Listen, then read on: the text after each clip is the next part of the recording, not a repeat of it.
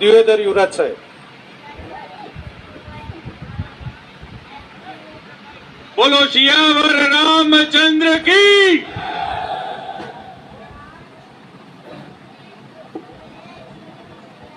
આજે સૌરાષ્ટ્રની ધરતી ઉપર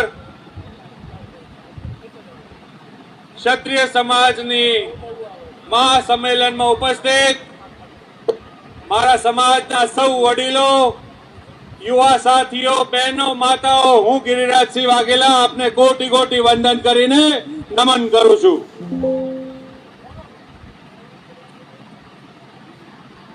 જે બનાવ બન્યો અને જેની માટે આજે આપણે ભેગા થયા છીએ એનાથી આખા ઉત્તર ગુજરાતના ક્ષત્રિય સમાજમાં એક આઘાત લાગ્યો છે અને આજે હું ગર્વ સાથે કહું છું કે ઉત્તર ગુજરાતના ક્ષત્રિય ભાઈઓ બહોળી સંખ્યામાં અહીંયા આપની વચ્ચે આજે પધાર્યા છે. महिपाल सिंह साहब, आपने तो पूरे गुजरात की हवा बदल दी, पूरे गुजरात की.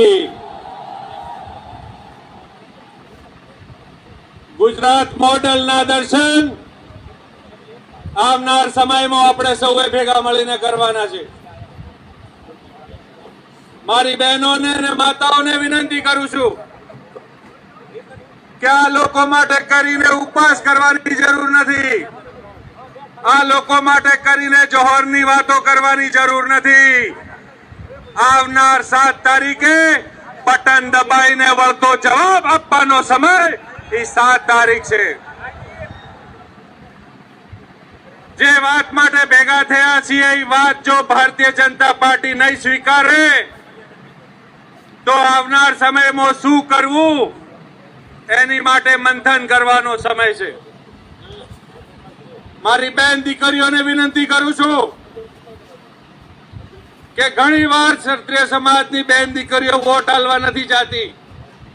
આપણી મર્યાદાને જોઈને આપણે લોકો ઢીલું મૂકીએ છીએ, પણ આ વખતે ઢીલું મૂકવાનું નથી. એક એક વોટ મારી ક્ષત્રાણીઓનો પડે એવી વિનંતી કરવા આપની વચ્ચે આવ્યો છું. જો ટિકિટ ના કપાય તો કોક નક્કી કરવા જેવું ખરી કે નહીં? બે હાથ ઊંચા કરીને કહો, નક્કી કરવા જેવું ખરી કે નહીં?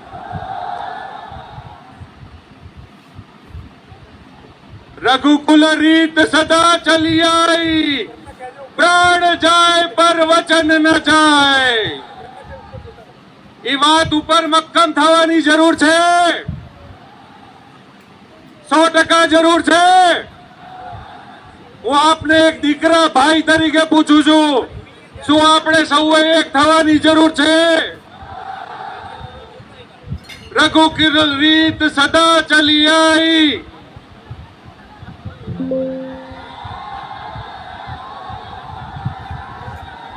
રઘુકુલ રીત સદા ચલી આઈ, પ્રાણ જાય પર વચન ન જાય. જે લોકો ભાગલા પાડવા વાળા હોય એમને 4 તારીખ સુધી આપણે જવાબ નહીં આપીએ. આજે ગર્વ સાથે અનુભવું છું કે આપણે સૌ આજે એક મંચ ઉપર આવ્યા છીએ. જે સંકલન સમિતિ નક્કી કરે એ રીતે આપણે આગળ સૌ ભેગા મળીને ચાલીશું. બોલો જય ભવાની, જય ભવાની, જય ભવાની. આપ સૌને મળવાનો મોકો મળ્યો, આપના દર્શન કરવાનો મોકો મળ્યો, મને 2 શબ્દ આપની સાથે ચર્ચા કરવાનો મોકો મળ્યો, તે બદલ ક્ષત્રિય સમાજનો ખૂબ ખૂબ ખૂબ આભાર. ધન્યવાદ. કટોસેન સ્ટેટ ધરમપાલ